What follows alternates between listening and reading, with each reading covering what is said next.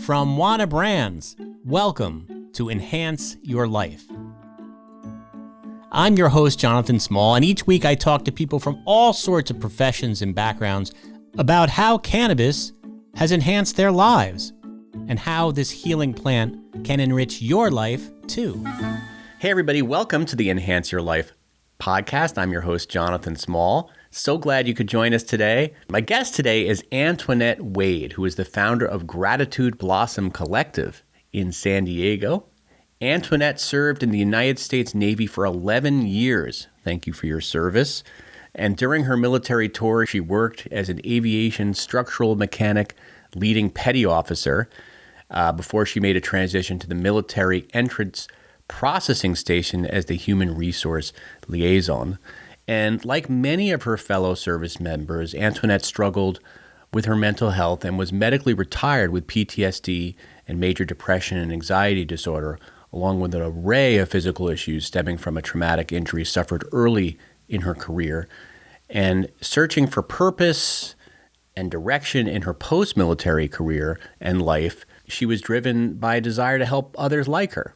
And so she founded Gratitude Blossom Collective, and we're going to talk about that and her incredible story. Antoinette, welcome to the podcast. Hi. Thank you. I really appreciate you having me. Thank you for joining. So tell us a little bit about your military career. I know that you suffered an injury early on. Can you tell us a little bit about what happened to you? Sure. Yes. So early on, I want to say maybe my second year in, I was pretty qualified as a final checker for the F-18s. Okay. What does that mean?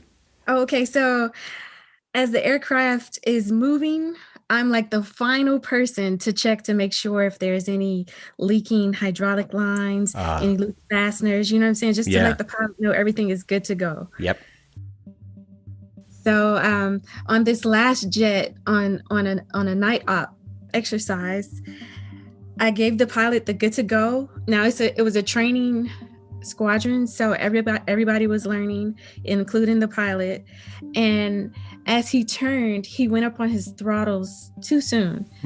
And me, maybe I was a bit cocky, but I was heading inside like, oh yeah, I just finished everything I needed to do. I did that.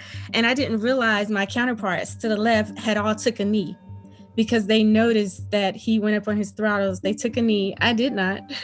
So I ended up being forced, like pushed, almost blown. By the power of the jet? Right, by the jet exhaust into a rack of missiles. Oh, Jesus. And there were probably about 8 racks of like 16 missiles with metal fins on them. So I managed to dodge most of them, but then somehow one clipped me. So all I remember is being in the air and then falling face flat on the ground. And, I was young and the adrenaline's pumping. So I hop up, a little bit embarrassed, and I just dust myself off, and they tell me to go inside and take a break. So when I go inside and I use the bathroom, I pull down my coveralls and I notice there's a hole in my boxers. We wore boxers to climb up and down the ladder well. It was easy that way. But so then when I pull my boxers down, there's a hole with fat hanging out. Ugh. Right. So I didn't feel it, but it's up on my upper thigh, like really close to some major arteries. So, it could have been much worse than what it was.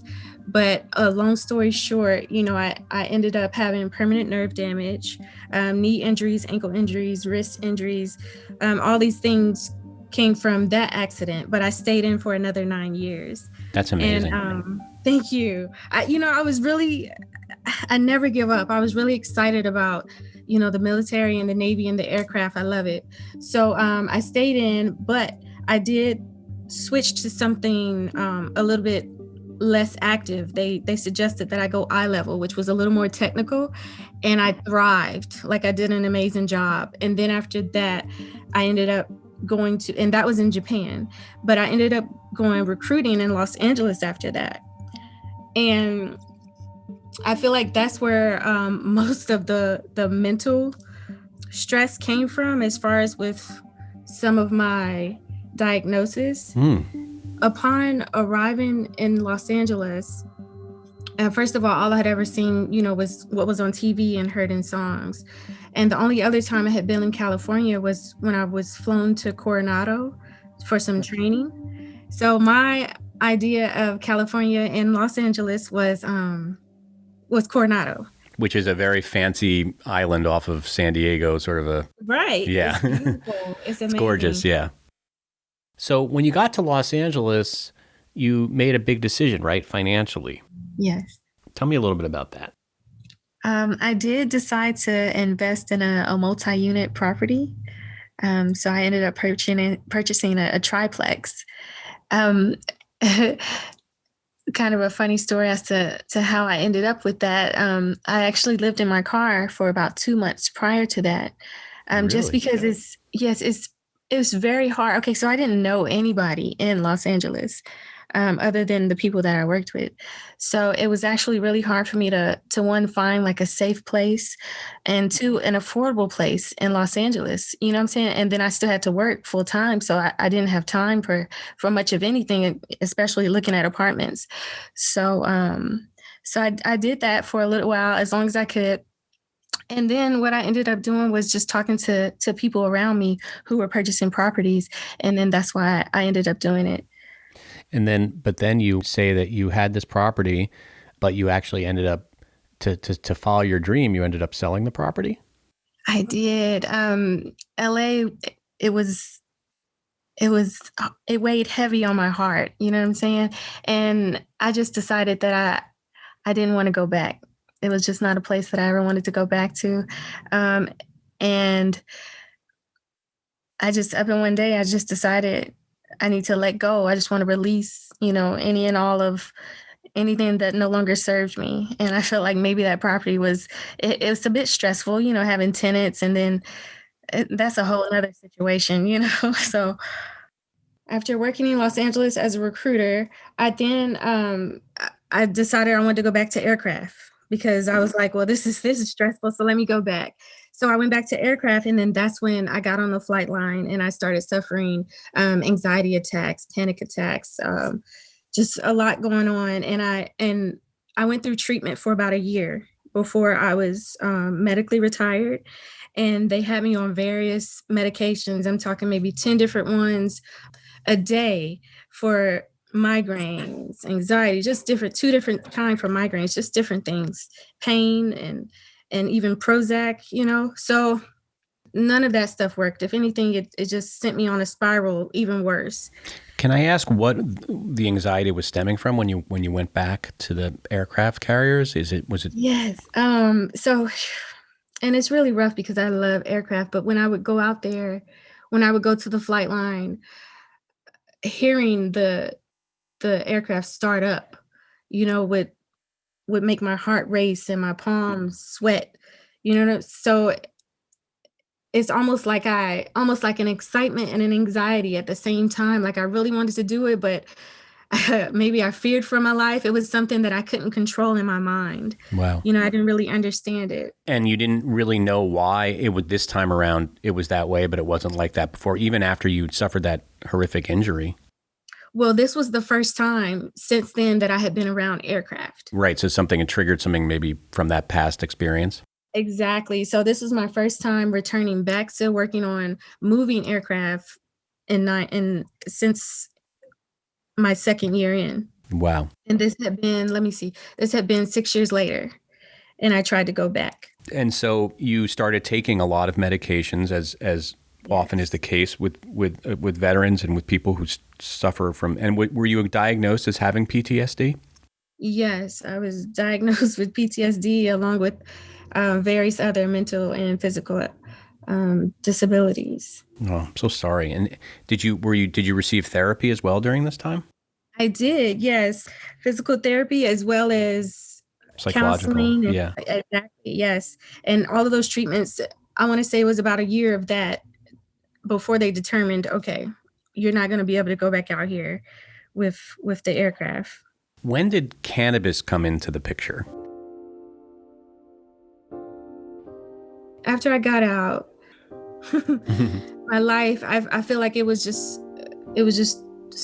taken into a whirlwind, all types of things. I had a baby, I got married, and I got out the Navy all in that same year. So, oh, and then I moved to Washington, somewhere I had never been before. Washington State. Yes. Yeah. And so I was pretty much alone with my husband being on deployment. I'm alone with a newborn. All I had was time to meditate and think. When you say you meditated over these things, do you actually do like mindfulness meditation, or how do you come to those? Like when you say meditation, what do you mean? Absolutely. Absolutely. Yes. I find that going within to find the answers is the best way to go on with life, or to follow your true path. At times when I listen to people or take advice from others, it tends to lead me in the wrong direction. But every time I take my time to sit in silence and really think, whether you want to call it pray or meditate, but once I take the time to turn within, then it seems like I'm divinely guided to wherever I need to go, my next step in life. After meditating, I went back almost to what used to heal me before. All my life I had been using alternative methods of medicine. Even my grandmother, she used to put potatoes around our neck. You know what I'm saying? If we got cold, different things. So I decided to go there because I had went so far. I had gotten so far to where I even had suicidal ideations. So I knew, something had to help me. And when you think about natural medicines, of course, cannabis and CBD come into play. And so I decided to start with CBD, something nice and light, since I was by myself and with a baby. And I feel like it brightened my world so much. You know what I'm saying? So yeah. Had you tried cannabis before in your when you said you like alternative things like putting potatoes around your neck, but had you actually I know obviously cannabis is very frowned upon in the military. You can't use it with drug tests and stuff. But had you tried it even before your service and were kind of returning to it? I had tried it, but not for medicinal use. So I never even realized, maybe what it was even doing back then. So you decided to try it again? I did. I tried it and it was life-changing. I just feel like it brought up a lot of confidence and courage that I had been lacking for years. This was THC and CBD, or was this CBDs primarily, or a bit of everything? CBD primarily. And then if ever, I felt so much anxiety or depression to where I knew I needed some THC, then I knew I needed to do whatever I needed to do to be better. And did it help you get off the meds that you were on? Absolutely. To be perfectly honest, I stopped the meds, which is probably what ended up, sending me so far down. But at the same time, I started doing research on the medications, and all they did was suppress whatever was supposed to be healing. So I knew that the meds weren't the answer. Even with my intuition and just naturally, I knew that wasn't the answer. So I stopped those completely, like cold turkey. Wow. And was that hard? Some of the withdrawal I know can be intense. Absolutely. It was painful, physically painful, mentally painful. It was a struggle, but I kept my mind focused, and I read a lot of Maya Angelou, and she kept giving me my rainbows and these clouds. So I knew that once I overcame everything that had been suppressed by the pharmaceutical medications, then I knew that I would be fine. I would be okay. And so you did end up being okay, but some people at that point would have just been like, okay, I'm recovered. Thank you. Thank you, cannabis, for helping me. But you actually decided that you wanted to help others and bring cannabis into other people's lives. So tell me a little bit about Gratitude Blossom Collective and how that all started for you. Yes. So even with the name Gratitude Blossom, I felt so grateful for that flower, you know what I'm saying? Because it's something as simple as a flower to bring life. And to be honest, I wanted to share that with the world, to be honest, but I can start with San Diego because San Diego is such a beautiful place. And when I think about a happy place and happy people, this is it. And how did you end up in San Diego? Because I know you're up in Washington.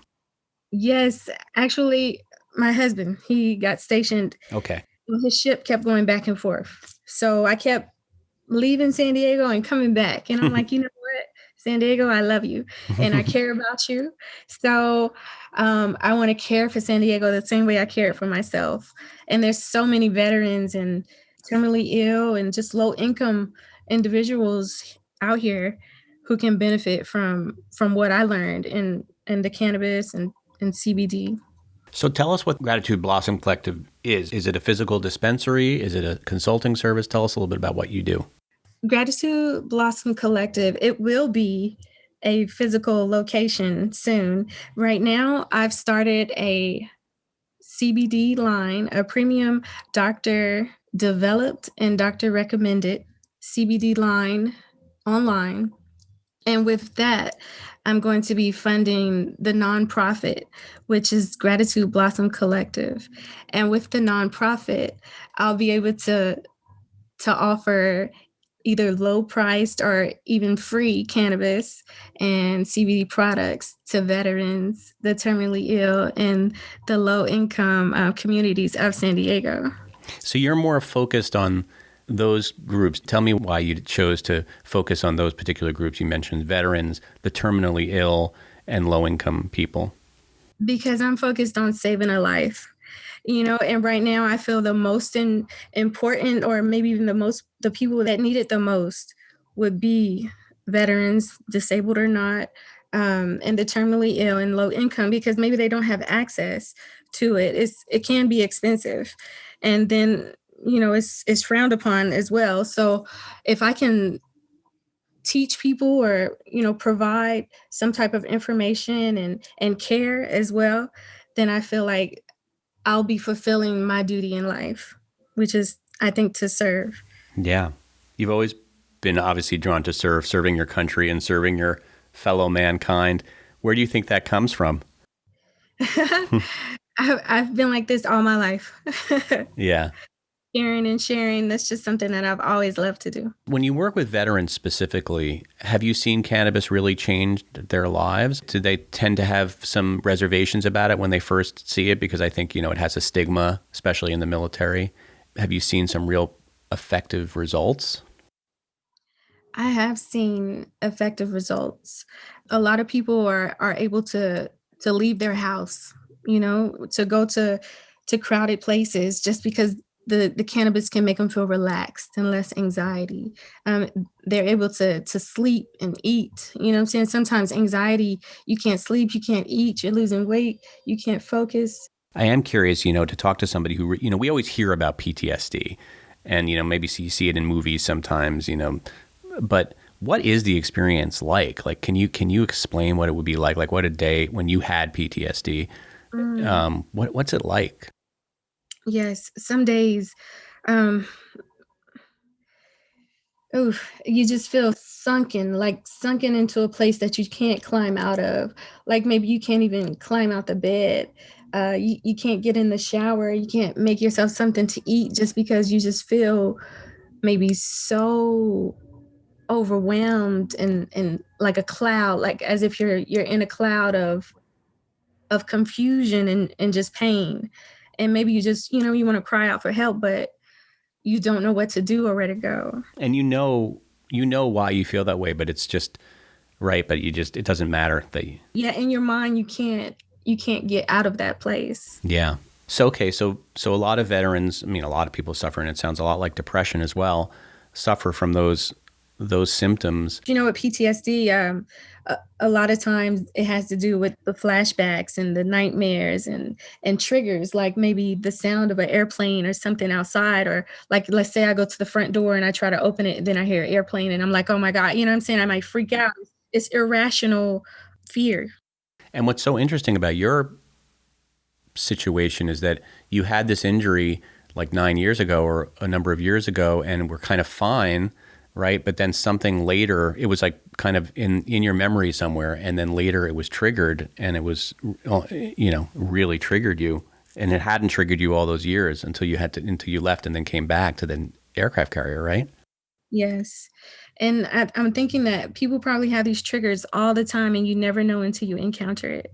Yeah, and then it's there, and Overwhelming. and it's amazing that CBD was such a help for you. How did you take your CBD? I tried it. Let me say this correctly. Sublingually.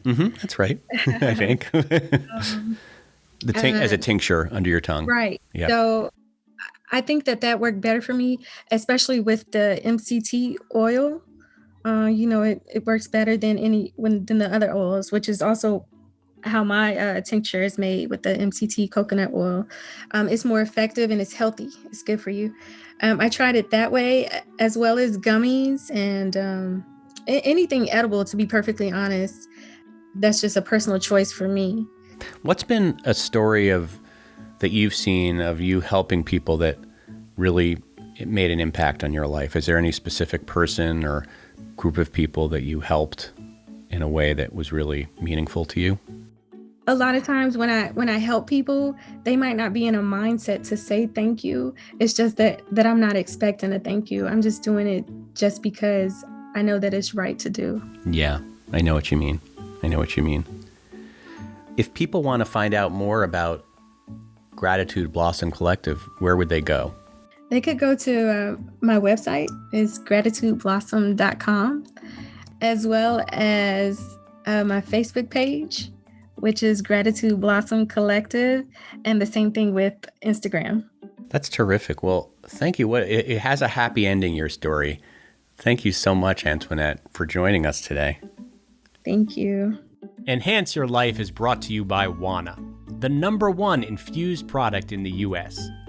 Wana's entire process is designed to deliver the same great experience time after time. They have spent years fine-tuning their recipes so that their products are delicious, consistent, and potent. For more information, check out wanawellness.com. That's Wana, W-A-N-A, wellness.com.